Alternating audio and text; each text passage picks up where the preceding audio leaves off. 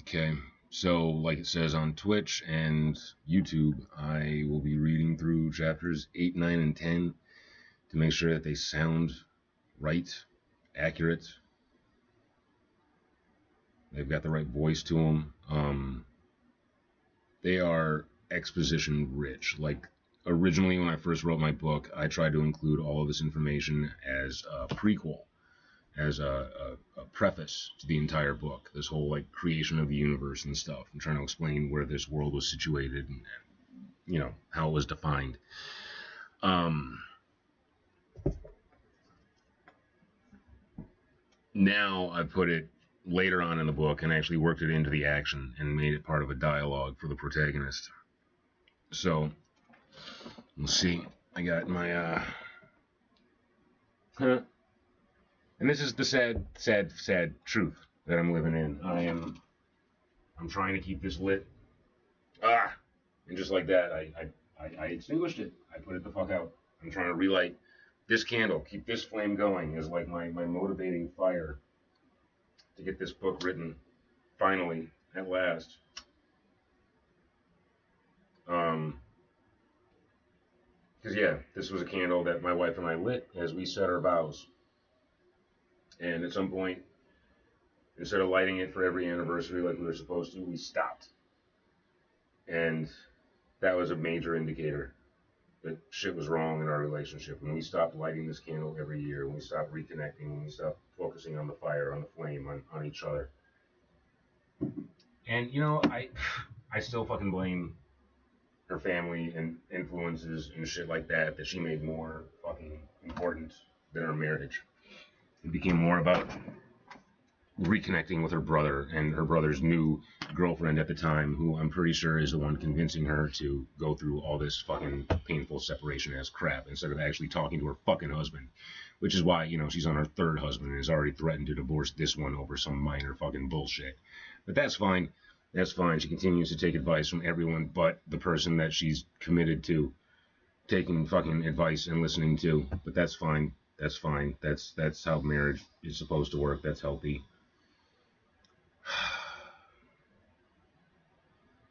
I want to fix my marriage so goddamn fucking bad. I can't believe it got this fucking bad.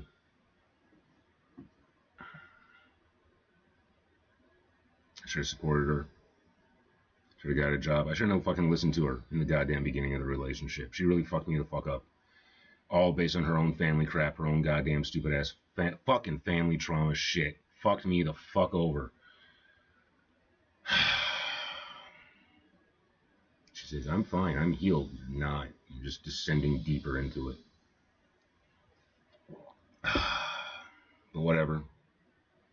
I work extra goddamn fucking shifts like I had to make money for stupid fucking spoiled brats who didn't fucking respect me, to buy them fucking presents so she looked good. On Christmas, I'll give up my boundaries and my personal fucking space to assholes who destroy my fucking home and then take the goddamn fucking responsibility for it.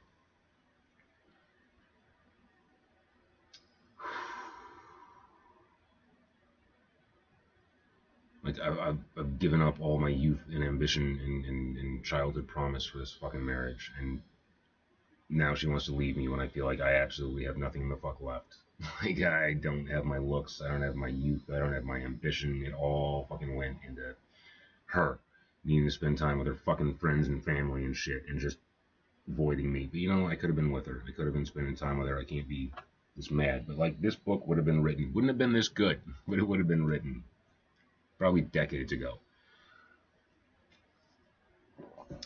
One for her just needing to hang out. Like, I don't want you to get a computer because then you won't hang out with me and my friends.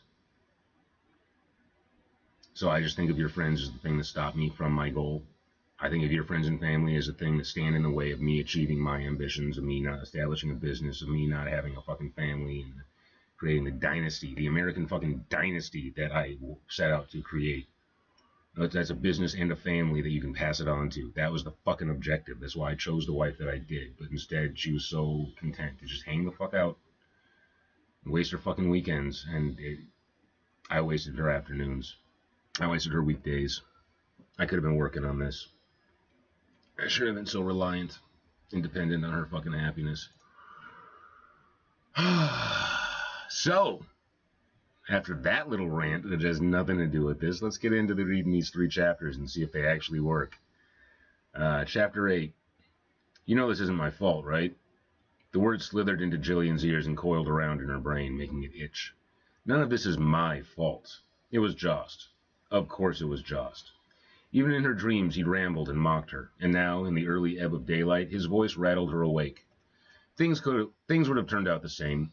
You would have ended up in that castle either way. Granted, I could have come sooner or cleaned things up immediately, but nothing would really be different, so it's not my fault. Not really.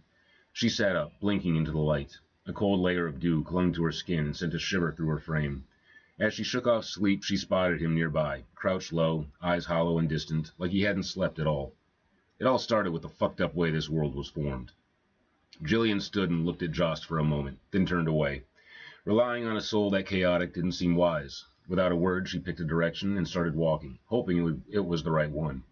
The woods felt less hostile today, but the gnawing in her stomach grew with every step, each churn of emptiness making her legs feel heavier, her resolve thinner. As she stepped away from the mulling elf, her voice faded into the growing chorus of the forest. A strange mix of freedom and fear surged in her chest. For the first time, she was truly alone, gaining distance from a dangerous element and stepping into uncertainty. For the next hour, she pushed through brush and tangled roots, following faint wildlife trails with cautious optimism. Then, almost suddenly, she stumbled onto a proper path. Relief washed over her, followed by a quiet swell of pride. Looking down the trail toward the dawn, her heart soared with the thrill of what adventures might await. Perhaps she would reach a major city, find a proper high elf, one sworn to uphold the sacred rites of the pilgrimage. See, in the beginning was God. At the sound of the voice coming from behind, her skeleton tried to leap from her body while her heart sank. It was Jost. Of course it was Jost. And God was good. Some might even say perfect, but he was alone, and no one to appreciate him. Jillian didn't bother turning around. She picked up her pace, bare feet crunching on the path, but the tall elf followed, effortlessly matching her strides as if out for a casual stroll. How do you know God isn't a she? She snapped over her shoulder. Who says God can't be a woman? The answer came quick and flat, like it was obvious. Because God is a boy's name. Now don't interrupt. So God made for himself 2 sons, crafted from the only stuff he knew at the time, being good and feeling good. And he called them Justice and Pride. With these 2 hands to extend his reach, she set about making the universe, planet by planet. Justice, the force of right action, did the heavy lifting. Pride, the sense of worth and precision, measured and checked each creation to ensure it was perfect. And for a time, things went well. The cosmos spun in harmony. God was pleased. But eventually he grew tired of nailing it every time. Perfection dulled him. So he devised a plan, or maybe just a cruel little experiment. What if he made a world with justice, but without pride? No measure, no mirror, no sense of whether the work was beautiful or broken. Surely that would end his infinite boredom. So he gave the task to Justice alone, the duller of the 2. The one without foresight or reflection, driven only by impulse and action. The work was slow and riddled with flaws. To create order, Justice first had to start in disorder. Like a child with blocks, he was just ambling about. There was a long pause. Shut up! He suddenly shouted. Jillian flinched, nearly stumbling at the outburst, especially strange since she hadn't said a word. She had only kept walking, following the path she'd chosen while being berated by fairy tales from behind. He went on. Well, Pride was hurt to be left out, you see. So that's when he started getting in the way. Not that he had to do much. Old Justice was all impulse, no thought. To even grasp the concept of life, Justice had to start small. Single, simple things. He used them like blocks, stacking and tweaking. When a big one ate a little one and neither of them died, he figured he was on to something. Reciprocal altruism was born of symbiosis. Jost went on like this for a while, making Jillian's head spin more than the heat and exhaustion combined. The pain radiating from her feet eventually slowed her to a whimpering limp. But still the dark shadow of the ignoble elf loomed behind her, prattling on about cells and microorganisms. He was just reaching the part about how division of the sexes at the micro level had birthed all conflict, thus inevitably armored fish, when Jillian finally buckled and collapsed along the path. He sat beside her in silence as she nursed her aching feet, her breath shallow with fatigue. He stared wistfully into the distance. Such frailty, he murmured. She glanced down at her battered, dirt-clad feet, swollen and throbbing like they'd grown several sizes too large. Then, noticing his own pale, broad feet resting bare in the dust, she asked softly, "Why don't you wear boots? Why go barefoot?" "Dissipates the evil," he said with a dry sniff. "Poorly designed things, really. Did I mention we all come from fish?" Same nervous system and these stupid land paddles. He wiggled his toes and made a critical face, as if personally offended by their design. I can see why people want to cover them, but, evil. He jutted a thumb toward himself, and Jillian thought she caught a flicker of sadness pass over his face. Before she could feel sorry for him, he reverted to his childish, maddening self. So are you healed yet? He asked impatiently. When she just stared at him in disbelief, he added, Oh, right, human. He sighed, long, theatrical, and full of resignation. Fine, I guess you have a point. With one smooth motion, he spun into a crouch before her, looming like a beast about to pounce. Then he placed a palm over her feet. Jillian nearly jumped up from the sudden spark of a familiar fireball forming there. Relax, girlie, he shouted. It only burns evil. A soft warmth spread from her feet, and with it, all the soreness, exhaustion, and ache drained away. She was left not merely rested, but restored, revived to a level of health she didn't even remember having. Every ache was gone, except the hunger, which roared back with a vengeance. Joss prattled on throughout the day. Through the rest of the day, his endless musings on the stages of evolution, both body and mind, lasting until sunset. All the while, he blamed justice for what he called repeated extinction events, his voice a relentless marching drum driving her forward to some unknown conclusion. As the sun sank, Jillian's body sank along the path with it, her limbs heavy with every mile, her mind heavier still beneath the weight of every word. Through the noisy pain of her stomach, she slept in phases, noting that Jost only sat, pensive, as if waiting to resume his long sermon the moment she stirred. Chapter 9. The next day she awoke to a raging swoon of hunger that made the world spin. When she tried to stand, she only managed a few crawling paces before collapsing, her body echoing with empty ache. Jost, already chewing on something, watched her with detached interest. What's wrong? He asked, more annoyed than concerned. The sight of the small cake-like morsel in his hand made her spirit lurch forward to seize it, though her body stayed slumped and useless. Oh, this? He held it up just out of reach. This one's mine. He took another bite and chewed slowly. I do have another. From his pocket, he produced a second, identical cake. Untouched. Perfect. Jillian stretched out her arms, desperate. But I'm saving it, he said, slipping it back into his pocket and rising to amble down the path. I could share, of course, but then he glanced back at her with impish glee. You'd become my servant, my slave, whisked away to a magical castle with a harem of spirits. No aging, no worries, no pilgrimage, but it would get you closer to Eden. You'd just never be able to leave. Jillian felt mocked. Her stomach growled so loudly it forced the words from her mouth. You must be lying to torture me. Do you enjoy watching me suffer? A bit, he said lightly, but you hurt my feelings when you said I wasn't noble, so there. He tapped his belt buckle as if that somehow made his claim credible. Besides, I can't lie. He turned, came back, and crouched in front of her, waving his half-eaten cake just inches from her face. So what do you say? He whispered. One bite and the hunger ends. One bite and this whole troubling world vanishes. You'll be my servant, yes, but in the best life you've ever known. You'll never leave, but you'll never suffer again. Worth it? He paused. Or will you keep stumbling after your silly little venture? Jillian stood, shaking, starving, but upright. Her hunger trembled through her bones, but still she faced him, defiant. Well, fine then, he said, rising and towering above her. Stretching a long, lazy finger toward a nearby field, he mumbled through his mouthful.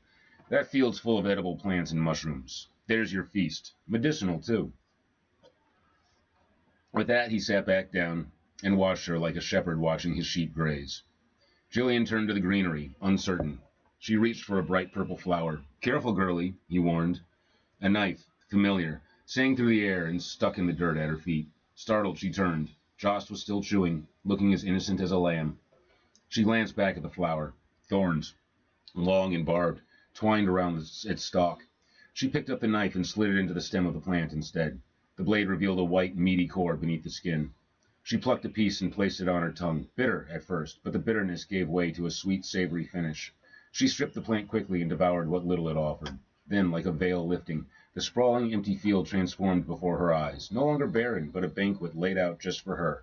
As Jillian picked through the greenery, testing each plant for its secrets, Jost prattled on in his typically diabolical way.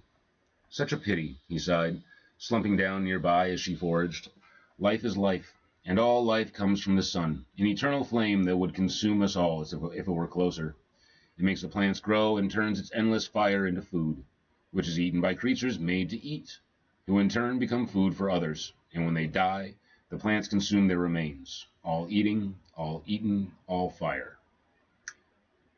Justice may have had a point when he first tried to make man in his image. He didn't start by mashing dirt together, no. He began with what he knew best. Fire.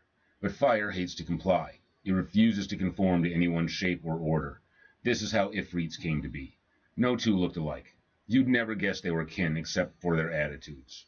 So the first beings made from fire, to resemble the angels, flowed through the levels and plains like water through a sieve. Fire consumes, then rises, leaving ash behind. Its very nature is to ascend. Is this not supposed to be possessive? It's... okay. These early flamelings, the Ifrits, passed through creation without restraint. One of them, more defiant than the rest, rose higher than any dared. He entered heaven itself and stood face to face with God, and in that moment of perfect rebellion, he bowed. The first creature, the first created being to choose God. Jillian listened more than she wanted to. While hunger made her dizzy, there was a part still hungering for more than food. His name was Azazel, Joss said, speaking with unfamiliar reverence for the sarcastic elf, a name given to him by the Creator when he was raised to the rank of angel. Well, that didn't sit well with Pride. Some late-stage being ascending to his ranks did not bode well. For the created angel of light. So while old Justice busied himself with his creations, Pride went to work, sowing seeds of sedition in heaven. It wasn't long before rebellion blossomed, and Azazel was instrumental in burning away the chaff. Yet still the infestation of heaven had begun, and the roots had buried themselves deep beneath its golden paths. War raged until Justice finally looked up from his work and returned to the highest realms. He crushed the uprising and cast Pride into the void of chaos, along with a third of the angels, the Ifrits, and all the others foolish enough to follow him.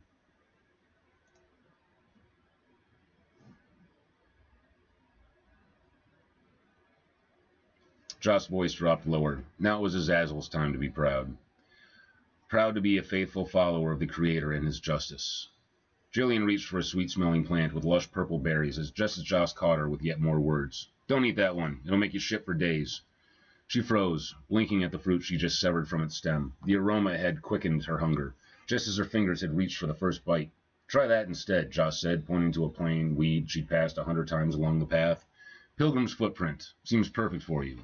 He crouched beside it and began pointing out several other weeds and humble flowers she'd overlooked, naming their healing properties faster than her empty stomach could track. In the end, she only remembered which ones were good, and which ones might make her regret not listening.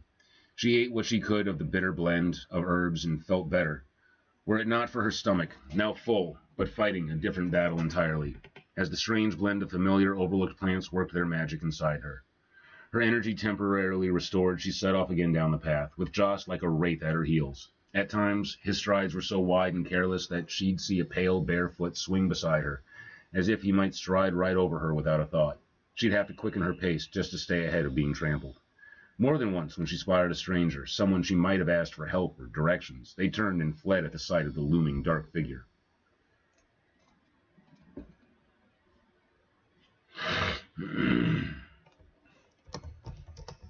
He seemed to revel in their fear.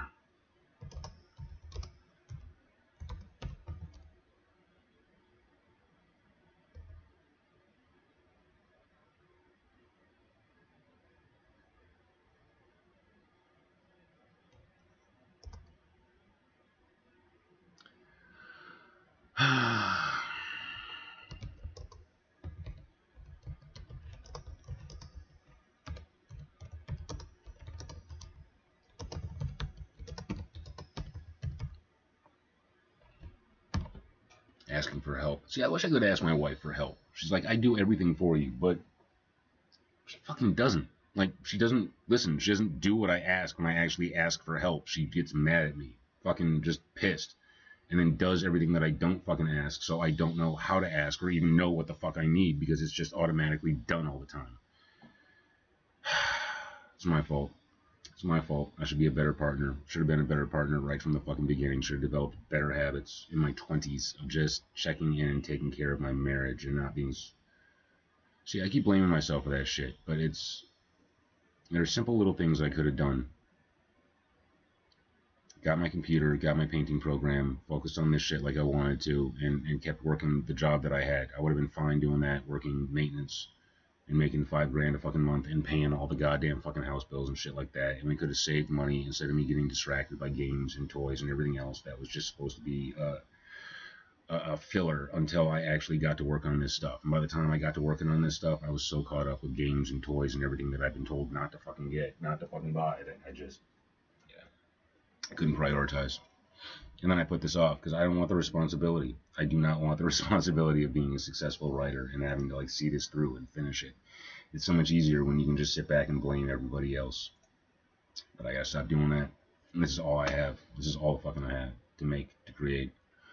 Anyways, I'm just talking into the void. Someone could be like, I don't know, someone talking shit on Twitch or Kick. It should be. They just ramble. Nope. Nope.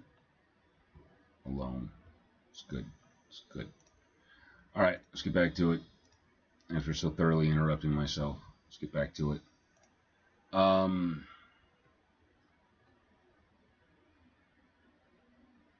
He seemed to reveal in their fear, or perhaps the ability to keep her from asking for help,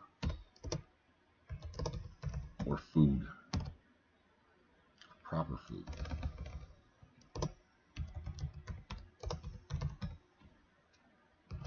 Proper food. Proper food. He went on with his fable, never missing a chance to berate. So the Ifrits were a bust, not stable, not reliable. Old Justice decided he needed to make man from the earth itself, like how all life began.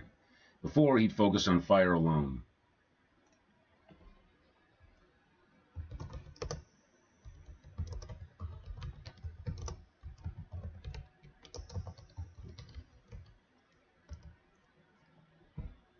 Starting project after project, leaving them half done and wild. But in the next construction, he made only one attempt to focus on its infinite potential. He breathed his own breath, gave his own life.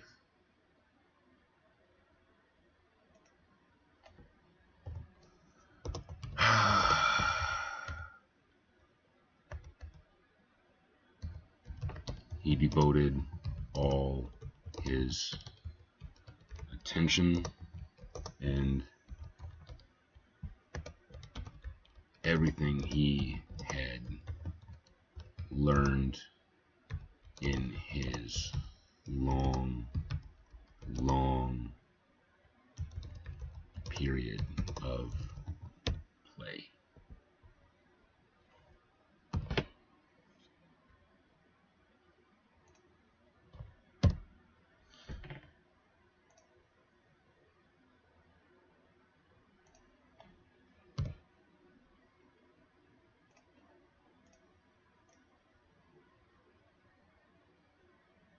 And into that form he breathed his own breath, gave his own life, so that all men were made from earth with just a spark of the Creator's fire.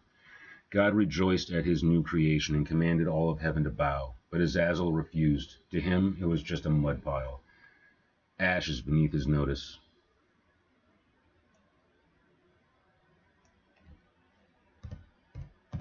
Dust beneath his notice. As all of heaven took a knee to something made from the ash from its food, Azazel was enraged. He saw injustice, and so he raged. Like a child who hopes his tantrum might restore some balance by burning away all self-control.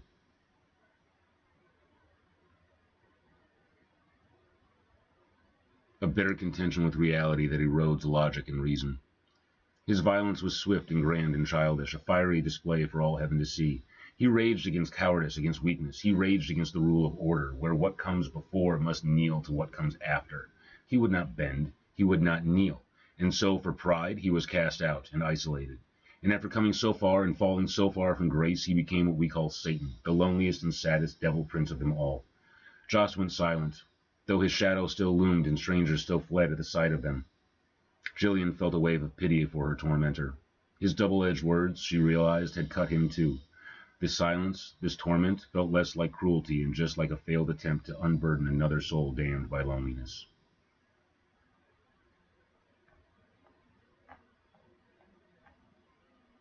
Chapter 10. Jillian awoke that morning with her insides churning. What bitter herbs she'd choked down the day before were demanding their return to the earth. When it was over, she felt her body oddly lightened, as though purged, but her mind remained muddled, still mired in Joss' relentless ramblings. She picked along the path, searching out familiar plants, keeping her hands busy with foraging as Joss followed behind. Eden's not that great, Joss muttered, chewing some dried meat pulled from one of his many pockets. He snacked constantly, as if endlessly supplied, but never again offered her a bite after that first temptation. Tried to go there once myself, he said, wound up elsewhere for a while. He drifted off into thought. I thought Eden was the center of Alo City, Jillian said, home of the High Elves. Aren't you from there? Oh, I'm from there, he sneered, flashing a long fang, but I wanted inside Eden, which isn't allowed, not unless you're a priestess in training, hence why I wanted in. But Eden itself is just a well-kept garden, everything in balance. No one is meant to stay there. You're only supposed to gather the seeds and spread them throughout the world. And that's why the pilgrimage is so important, Jillian said, as Joss yawned. Yes, he sighed, but most never make it, and those who do often fall in love with the city of Alo and never leave, becoming either servants or pets to the High Elves. Is that what you want? He asked with a mischievous grin, holding out a piece of meat he'd been chewing. The spices hit Jillian's nose, making her mouth water. No, he teased, seeing her will nearly falter. He resumed chewing and talking at once. Now Pride had himself a brand new enemy to despise, and it wasn't man. Not Adam. It was Eve. She wasn't just more lovely than he'd ever been. She improved perfection. She refined God's creation. Everything shaped by justice from the chaos, she made it better than Pride ever could have. And as everything serves what comes after it, Eve, woman, became the jewel in the crown of creation. That wasn't the original plan, though. It was meant to be man and his first wife, Lilith, standing side by side as equals. But pride got in the way. When Adam approached Lilith as animals do, expecting submission, she was disgusted. She spoke the sacred name and vanished into another realm, one outside the Creator's plans. So Eve had to be made. From Adam's rib, no less. So he'd remember that she was a part of him. Someone to contend with, not command. And from her, pride began corrupted the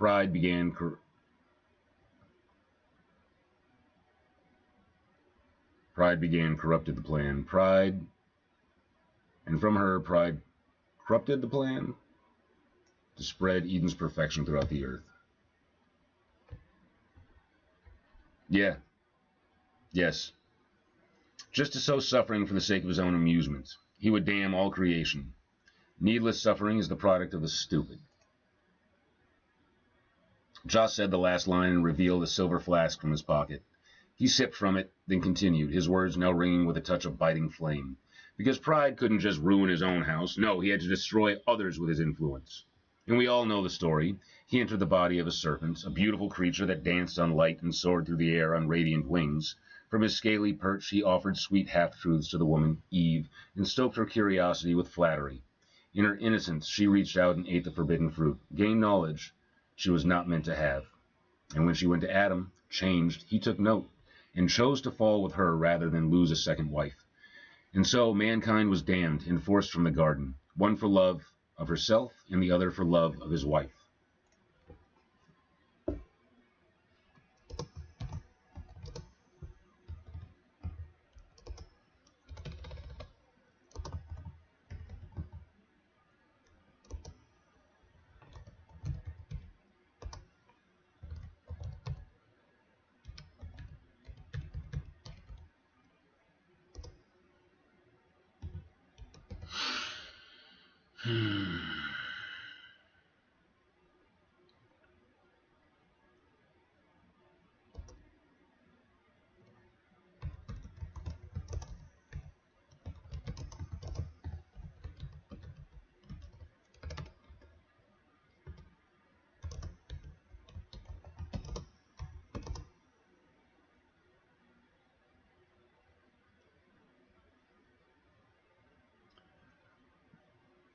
Bleh.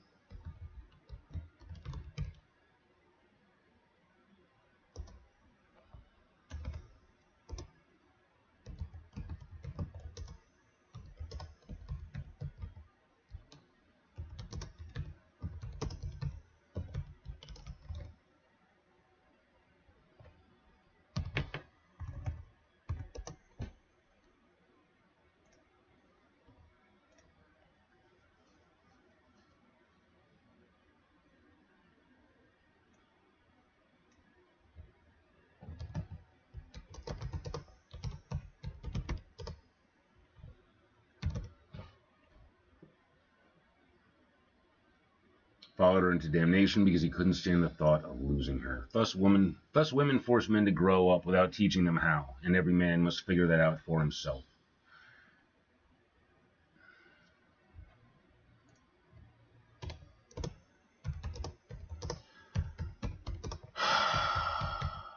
Or be left behind.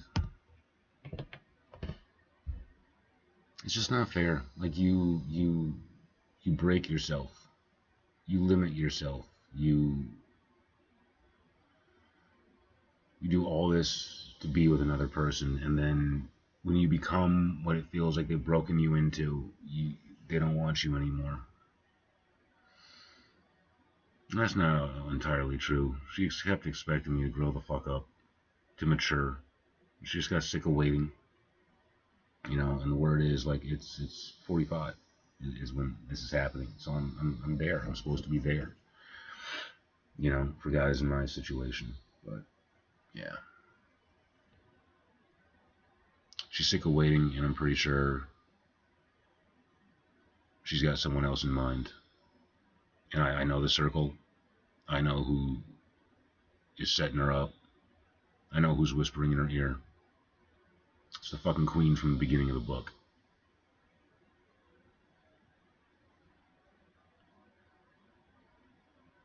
And her stupid fucking brother. Who she trusts more than me, but he doesn't even protect his own fucking wife. But he works. And this is what's bugging me, is I'm thinking about all the assholes who have beat their wives and abused their women and been just monsters throughout their fucking relationships, but they get to grow old. They get to grow old with their wives and have them because they worked. Because they did the actual labor. They provided. And I'm the way that I am because I was trying to avoid becoming any one of these assholes who's growing old with their wives. Because I wanted something better. I wanted something more. I wanted to positively affect the world. I didn't want to raise my kids in trauma and poverty and hunger. Or have children that would be raised to disrespect their father because he wasn't like other men. Thus women force men to grow up without teaching them how, and every man must figure that out for himself or be left behind. As soon as they were cast out of Eden, they began to fight and quarrel. Adam labored to churn the soil into food, and Eve labored to produce life.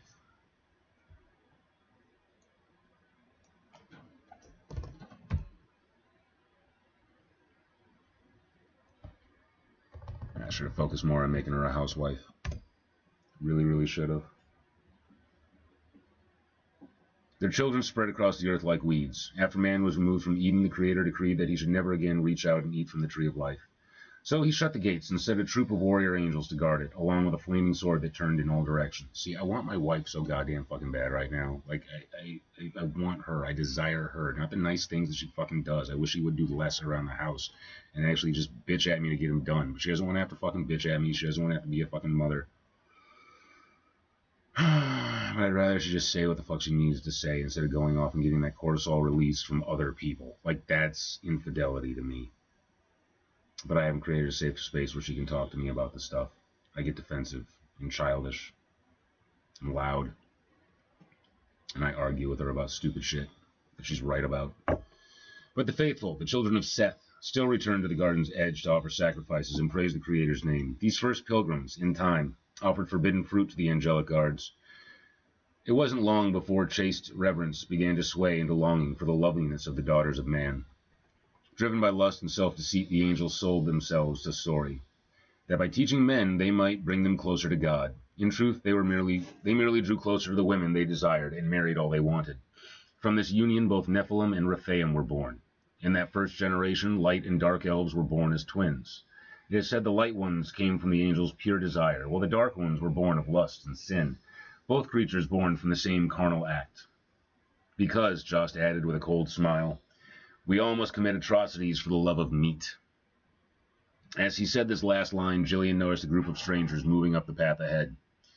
She had grown so used to travelers turning and fleeing at the sight of Jost that she almost didn't register how different this group was. They were tall, broad-shouldered, built not unlike Jost, but charged toward him with an animalistic urgency.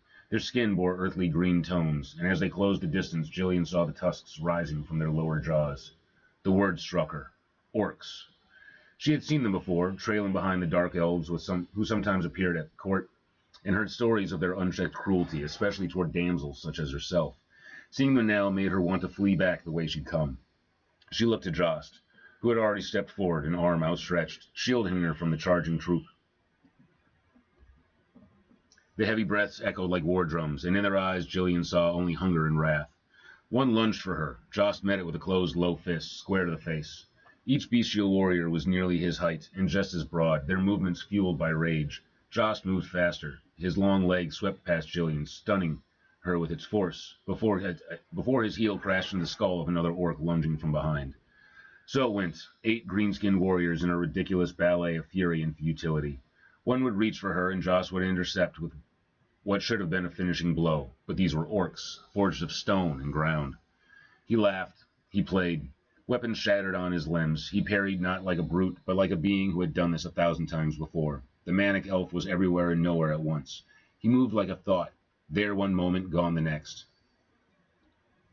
After what felt like an hour, the orcs finally halted, holding their distance. Jost still grinned wildly, arms flung open in a theatrical gesture, presenting Jillian before him like some trophy in the cruel game he was playing with their lives.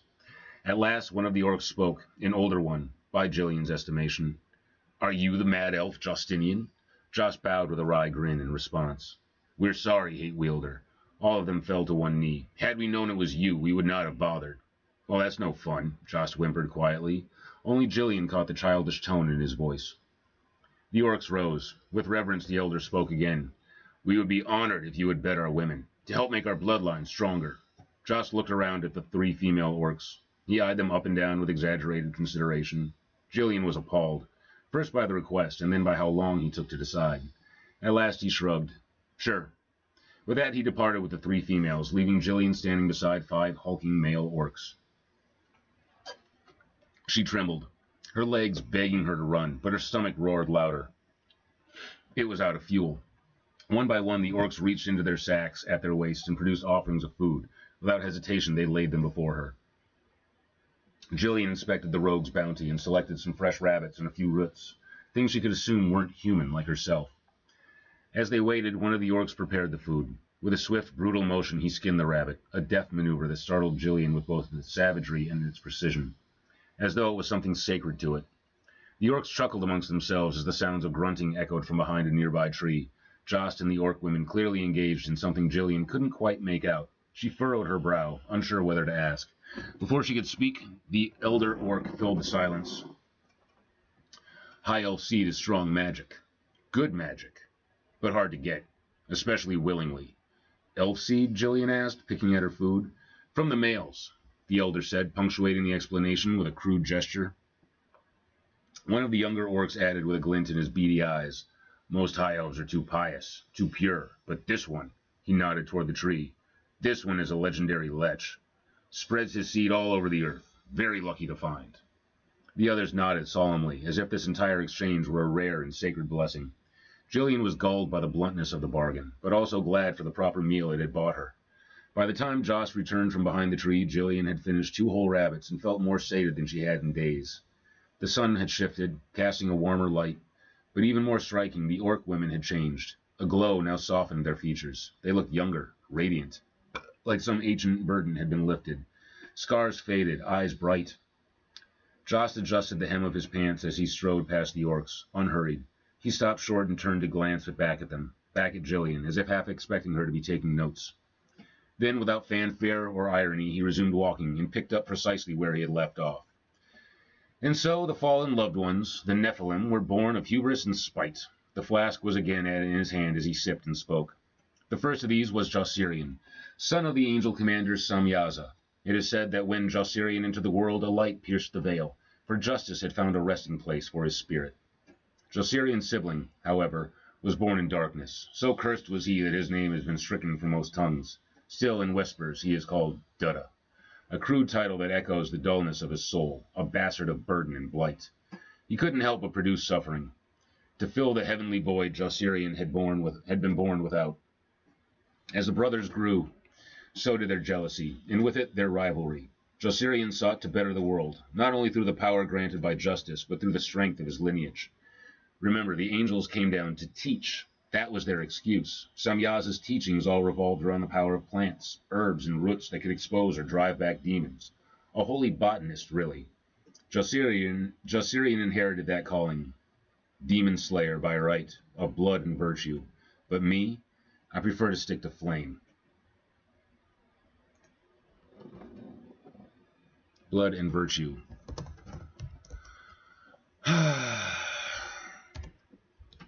So much so that the name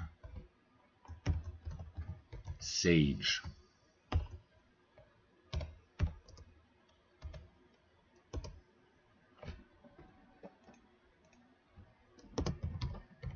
stuck to him as his sacred tool.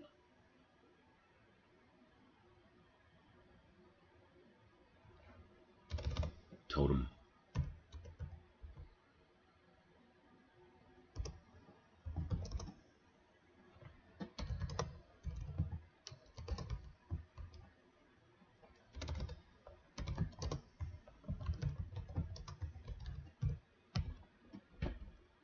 But me, I prefer to stick to flame. I don't burn plants, I burn devils, he said the last bit with a self-satisfied grin. Jillian was stumbling after at this point.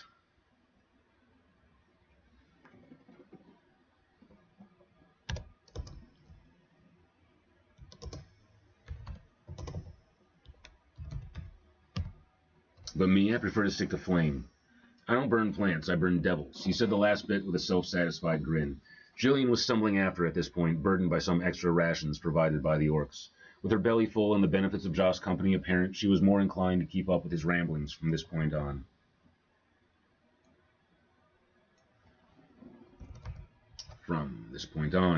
So the brothers fought, splitting the bloodlines of all elves down the center, those born with the light and those without it. In truth, it was the angels and the fallen, demons if you like, who kept the two sides locked in endless war. Elves became pawns, a proxy for the conflict in the heavens. Each clan, each house trying to prove it was just, trying to be right, simply by surviving, by being stronger.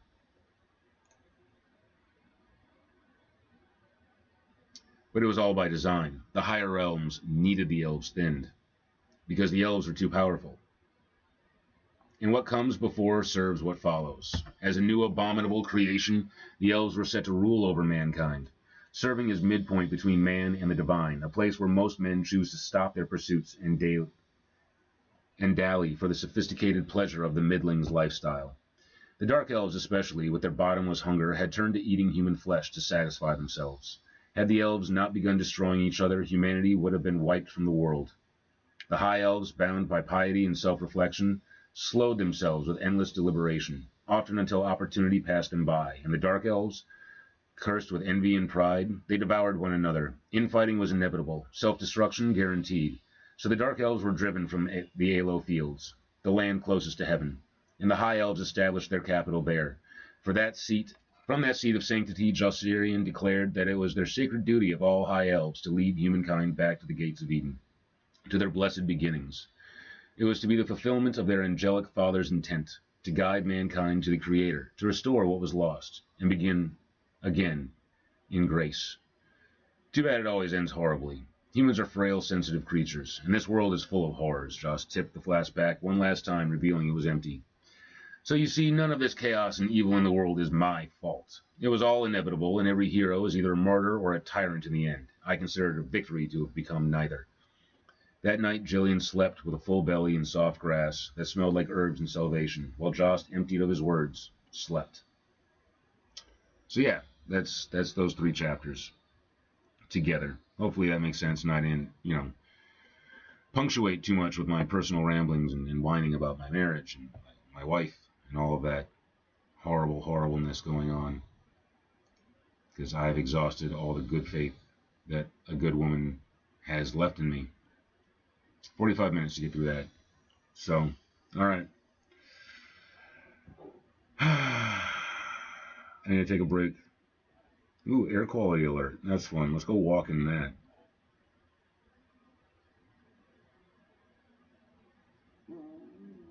Oh shit. So that'll be it for my stream. Thank you all. Anybody who has been logged in and watching, I appreciate it. I need to bounce. Pop over to Kick real quick. If there's anything there, but I doubt it. And get back to trying to find a job today. Oh, look at that. Oh yeah, tired of streaming to 0. Let's change that. Oh yeah, yeah.